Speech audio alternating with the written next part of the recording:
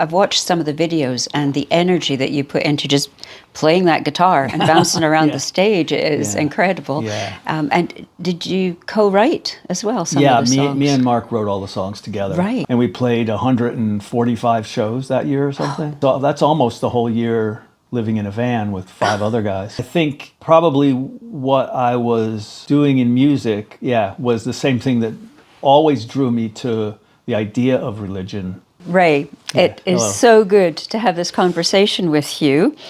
We're both parishioners of St. John's, and yet our paths haven't crossed until recently.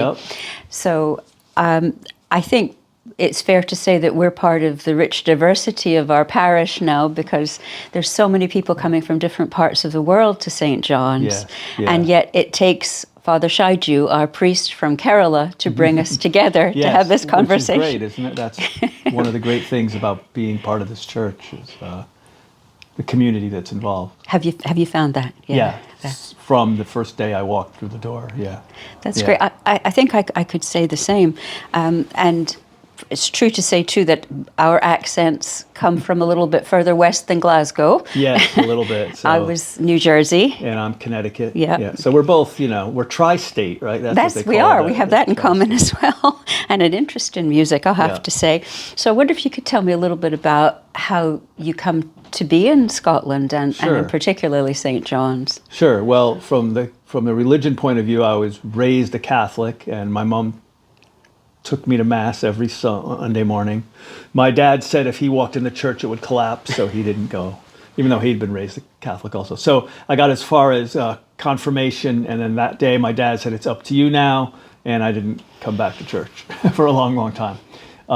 So my path ended up being playing music and being in a band, which is what got me here originally to England. Our band played a lot here. We were signed to labels here, and I met my wife Heather at a gig here. So that was what opened up Britain.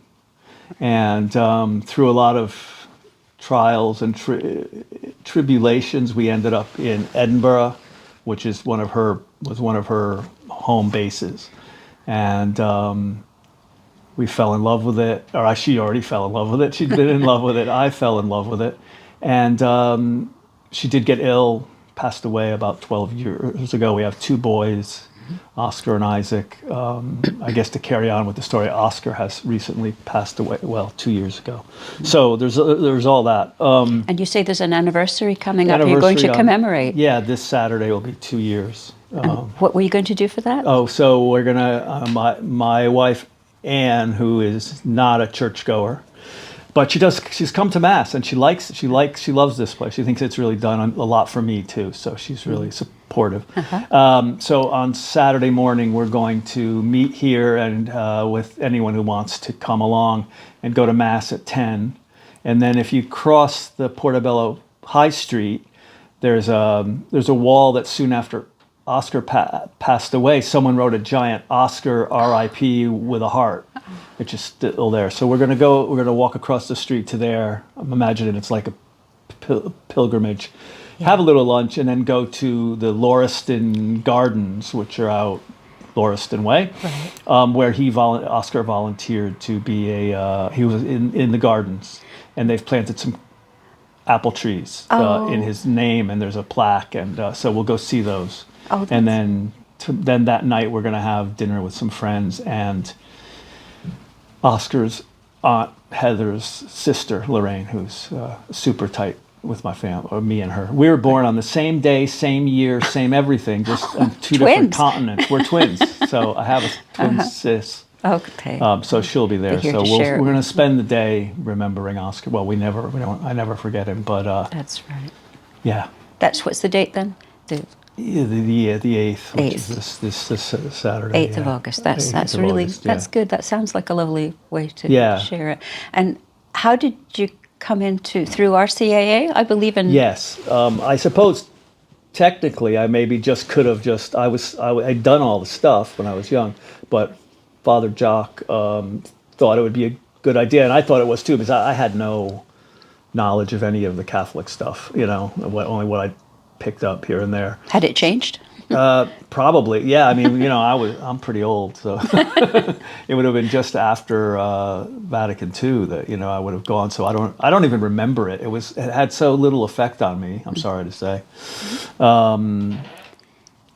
So Father Jock suggested that I do the RCIA, which was great because that way I instantly fell into a group, a community, which I've stayed friends with a lot of the people involved. Yeah. And then that was the first year, and this past year I was a sponsor, so I sponsored someone else. So that's wonderful. Which felt great, and he's a younger guy. It's really nice to see a family and younger people joining up. So. I don't know where we were at there. Yeah, that's fabulous. That's really good to hear. And so, thinking about how you came here, I suppose there's quite a few parishioners who don't know you as the musician. No. And when I was doing a little bit of research into this, I realized I just missed you because I was in university. Up until the 80s. I came over here in 82, right? Just when you were getting started with Miracle Legion, the band. Yes. And I was in radio. If I'd only been a little bit longer, I would have come across you earlier. You would have known of us to some degree. Not that we were the most well-known group in the world, but we were something. It's described as alternative college rock? Yeah, I think in America, college radio was really important. Yeah. And it was a unique time. I thought a very lucky time in that for some reason a bunch of bands decided we're just going to get into vans and drive around and play. Right.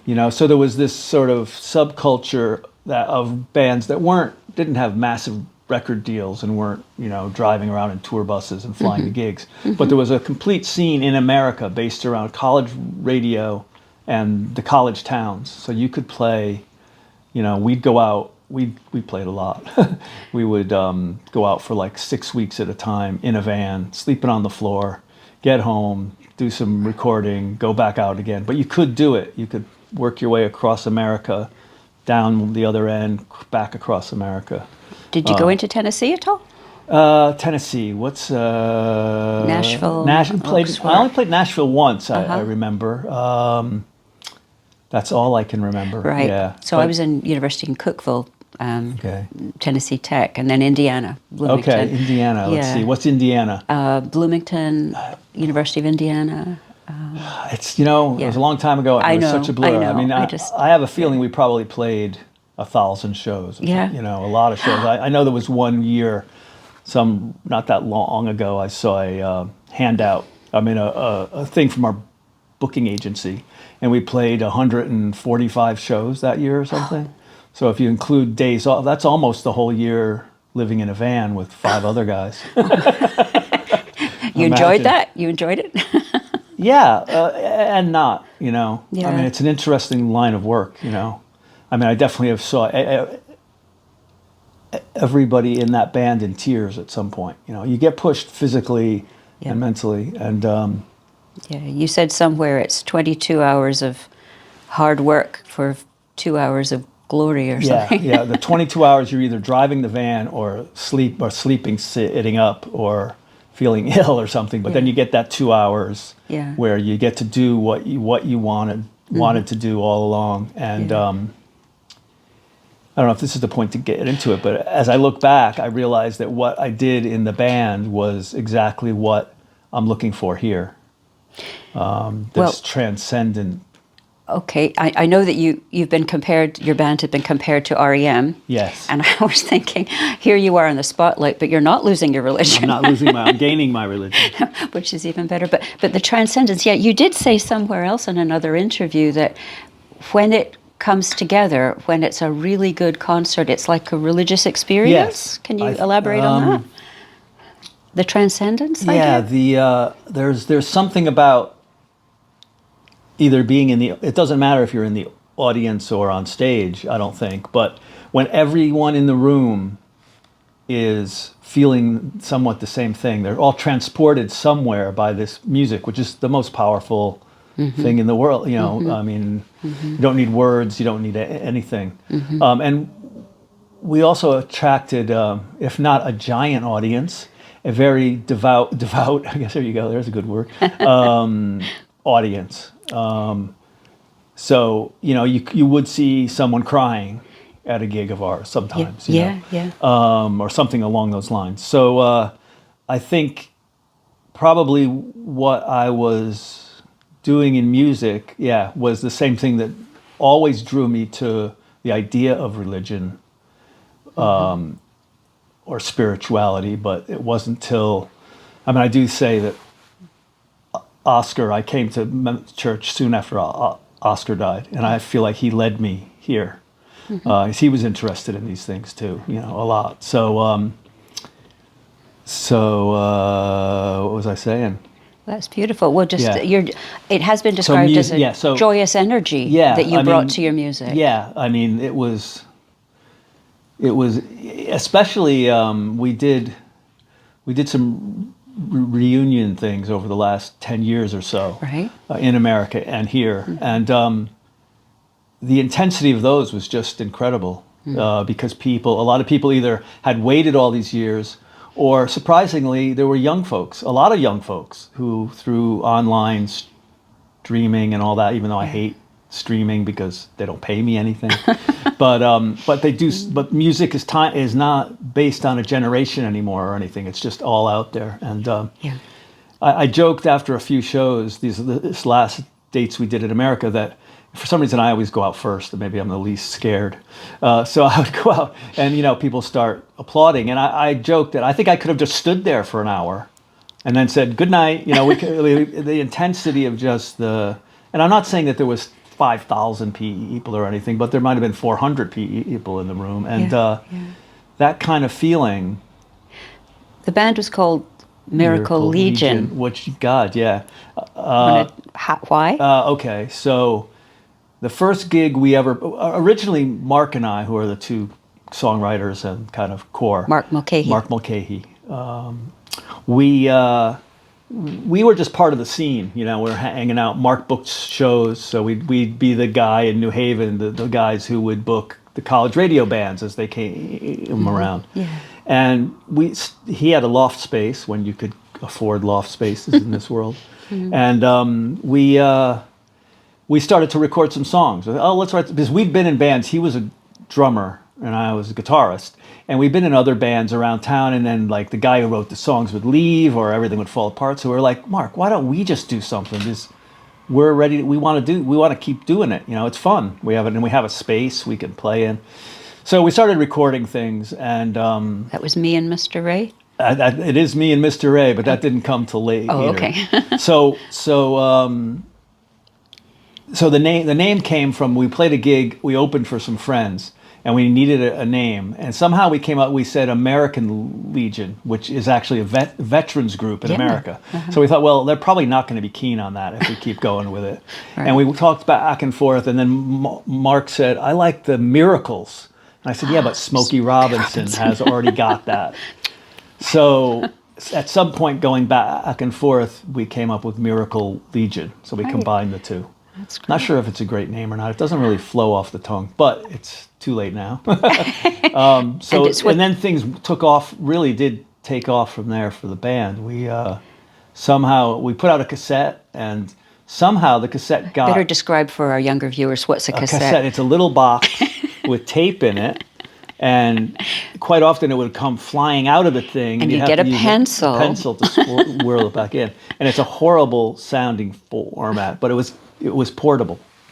Yeah. So think of it as a boxy CD. Okay. Well, if you know what a CD is, even. I don't know. Yes, I know. But these young people that are following you today must have just overcome all that. Yeah, they have, and and they like vinyl again. So they search out the records. Things come around. Yeah. Well, my son Isaac was in somewhere on the West Coast in America and was at a record store, and they had one of our records up for $40. So I took a photo of it for him. Oh wow! So they're collector's items. Excellent. So that's the name. Yeah. So we did this cassette, and all of a sudden, somehow it got here and got reviewed in Sounds, which was a music newspaper. Another thing that kids don't know about, but in Britain there were lots of music newspapers. Yeah. There was 3, really, I guess. And it got a great review. So we said, oh, maybe we'll be a band. and we were. Great. And we went from there. And were you invited over here then? Yeah, we put out a record in America called The Backyard, which was, and that song became kind of a indie hit to some degree. And then we got a small deal here, so we came over here, toured that, then went on from there. Then we got on Rough Trade, which was a really cool label because the Smiths were on Rough Trade. I'm like, whoa, you know, this is really cool. So we did that. We did some records with them and did America and Britain. And then then we were on, then they fell apart. Rough Trade collapsed. And we were on Morgan Creek, which was a film company. We did a record with them that didn't do very well because they were idiots. And we did one more record after that. And then I kind of gave up because I was married and was about to have a kid. And, you know, I'd been in a van for 12 years or something, you know. It's a long time. And you had to be very resilient with all of those labels crashing and things like that. Emotionally it was very difficult. When did you were sort of warm up for the Sugarcubes and Bjork? Yeah, we toured America with them in,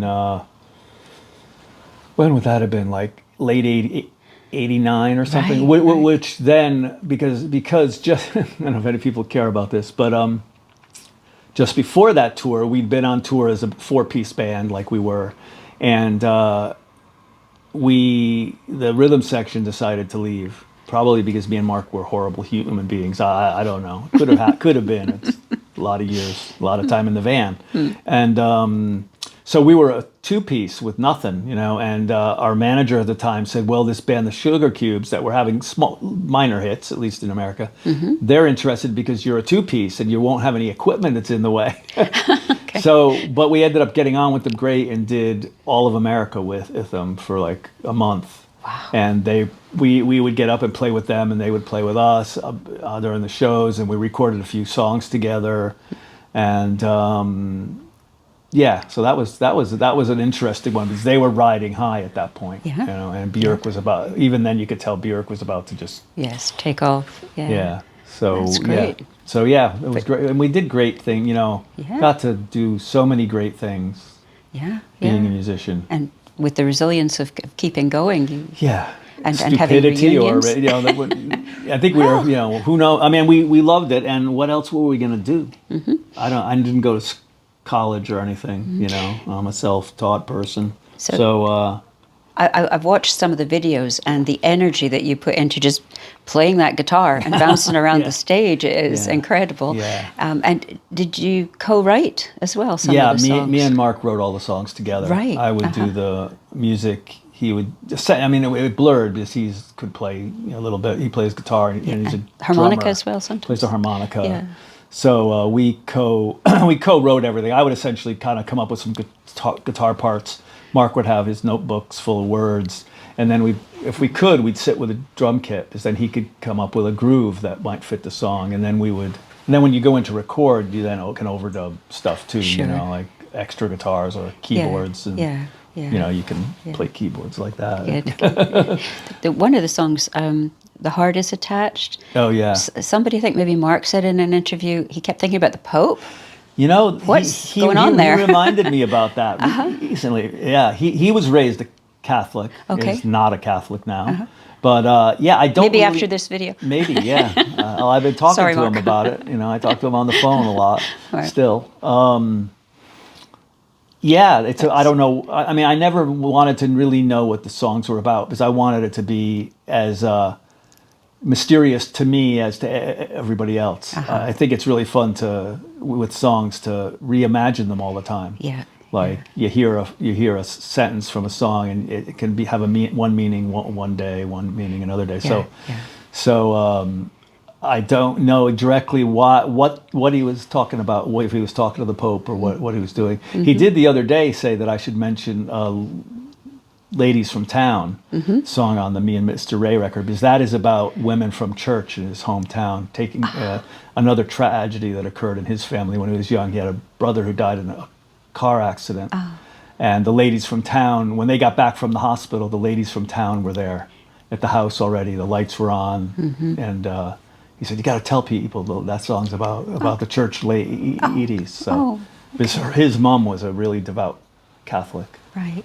That's so yeah, lovely. so we have maybe there's connections there. Yeah, the miracle bit's maybe not an accident. Then. No, I don't think so. Now that I can look back on the whole thing and that whole idea of blurring together the music and the music's always been part of religious experience. Absolutely, and enhances it. St. Augustine, I think, said it's praying twice when you enhance the liturgy with the music. So, maybe we'll get you playing at the healing mass at some point if you feel like it. But what you said there just now, that you don't like to define what a song is about, it has another life. If people are allowed to, I think you said you can put your own life into it. Yes. So when I was listening to The Backyard, it's very relatable. Mm-hmm. We had an apple tree in the backyard, had to be chopped down. My daughter cried her heart out. Right. But there's certain words there that I've got to a certain point in my life where I feel things are coming full circle and things connect up again. Oh, yeah. So this seems to be coming together. I don't know if you've ever heard Father Jock officiating at nuptial mass. I don't think I have. Well, he has a favorite prayer that he introduces to the couple being married, and it's about a Breton fisherman on a Breton boat. And before they go out each morning to fish, they say this prayer: "Dear God, the world, the ocean is so big, and our boat is so small.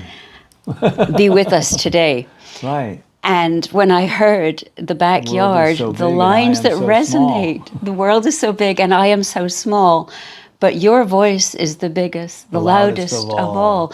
And then I thought, who's the voice? What's the voice? Am I supposed to know?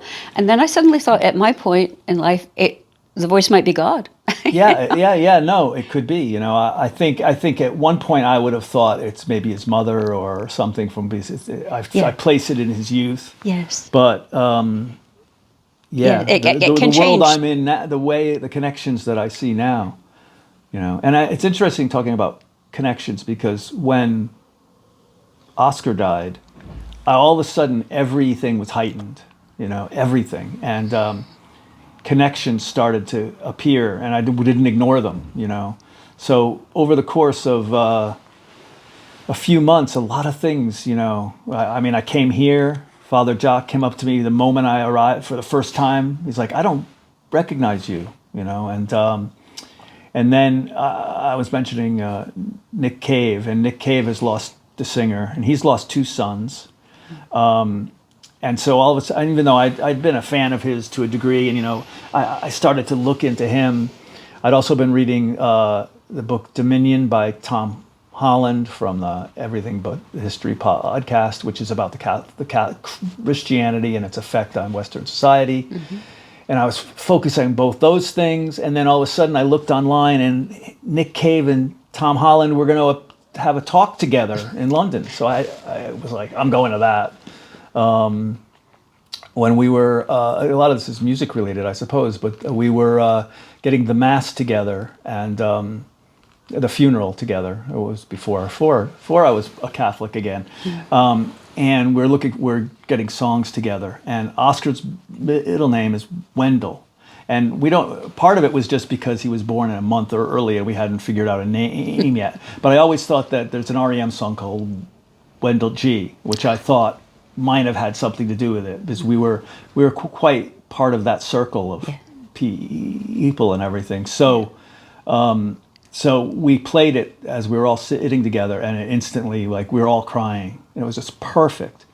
So I actually contacted Michael Stipe, who wrote it, and he said that he always thought that song was about the connection between this place and another place. And all these things just, like, you get all these things going on. And then this graffiti that's on the wall in Portobello. And I just, I learned to not ignore those things. Good, yeah. They're all really important. That's right. How does God speak to us? Yeah. We listen. Yeah. And it's there. Yeah. So, I don't know where that would. I don't know if that is of any importance. But, there you go. I've learned a lot. Oh, I think it's very important, in fact. Well, I hope people find Miracle Legion online then after this. They should. And enjoy it. And yeah. it's been such a privilege to get to hear it from your own point of view. Great. I'm so glad you're in the parish. Well, you don't know how glad I am that I'm here. That's great. Thank you. Thank you so much. Great, Ray.